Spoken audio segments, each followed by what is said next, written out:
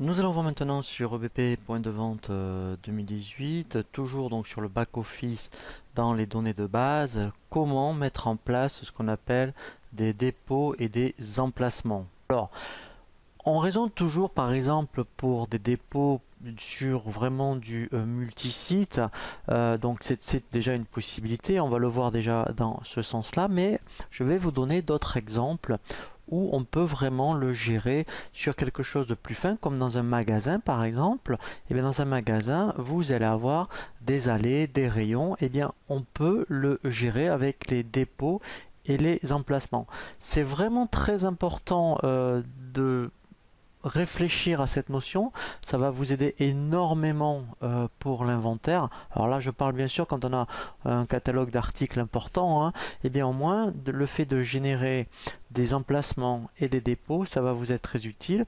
Et puis ne serait-ce que par rapport à la recherche aussi de vos articles, et bien si vous déjà vous indiquez un dépôt ou un emplacement, eh bien vous allez retrouver vos articles plus rapidement.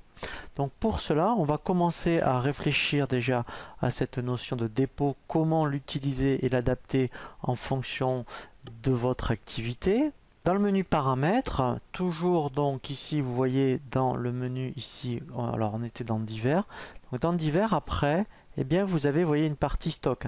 Donc c'est aussi très intéressant pour les stocks quand on veut faire des transferts d'un dépôt à un autre.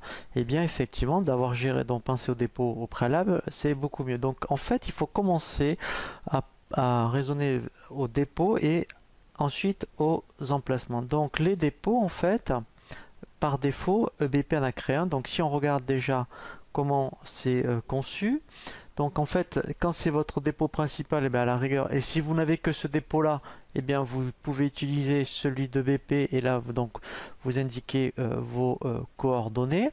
Et après, alors on verra après justement quand on verra la partie articles et stocks, comment ici déjà on peut retrouver, d'où l'intérêt, et bien dans un dépôt, toute la liste, je dirais, des articles et après des emplacements. Donc c'est pour ça qu'il faut d'abord créer les dépôts. Donc vous en avez un par défaut qui est le dépôt principal. Alors ici après, donc le plus simple effectivement, ça peut être donc quand on a plusieurs entrepôts, et bien on fait du multisite.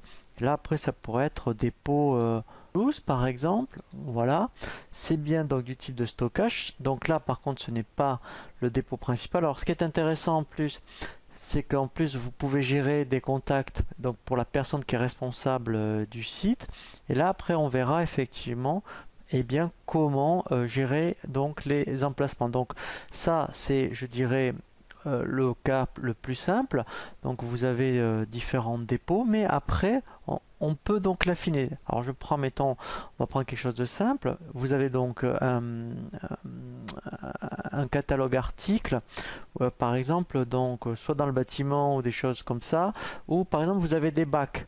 Et bien en fait, les dépôts, au lieu de raisonner en termes de dépôt et à une échelle vraiment très grande, on pourrait donc très bien dire bac. Alors après, ça pourrait être bac écrou. Vous savez, après, puis une certaine référence d'écrou. Alors par contre, il faut en avoir beaucoup, hein, voilà.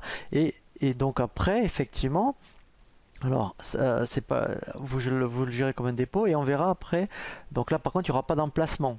Voilà, donc ça pourrait être une possibilité. Après aussi, on peut le voir comme dans un magasin. Donc dépôt, par exemple, magasin. Et après, on verra quand on crée des emplacements, eh bien, on créera ce qu'on appelle des allées ou du rayonnage. Voilà, hein, donc c'est pour vous donner quelques pistes de réflexion au niveau donc des dépôts. Ensuite, eh bien, effectivement, on va passer aux emplacements.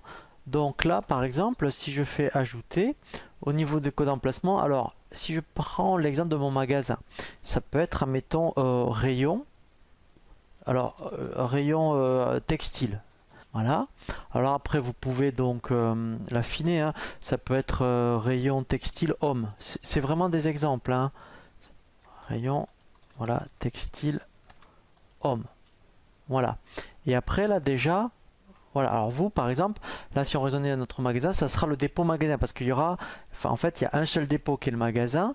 Mais là, après, on l'affecte des emplacements. Alors après, on peut en créer autant qu'on veut, hein, des emplacements.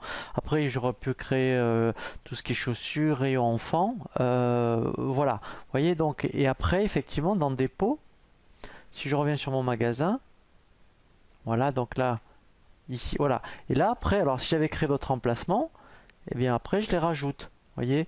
Voilà, donc ça, sincèrement, c'est pas du gadget, hein. Quand on est dans une activité où il y a du stock et où il y a beaucoup d'articles, ça vaut vraiment le coup, je dirais, de bien vous pencher à la mise en place des dépôts et emplacements, parce que vous verrez, quand on verra la partie inventaire, c'est pas négligeable, et surtout qu'après, enfin, quand c'est une activité à part entière ou quand il y a vraiment une personne qui est dédiée au stock, tout ce qui est transfert multi-dépôt, sincèrement, c'est vraiment très bien fait lorsqu'on a bien pensé au dépôt et emplacement.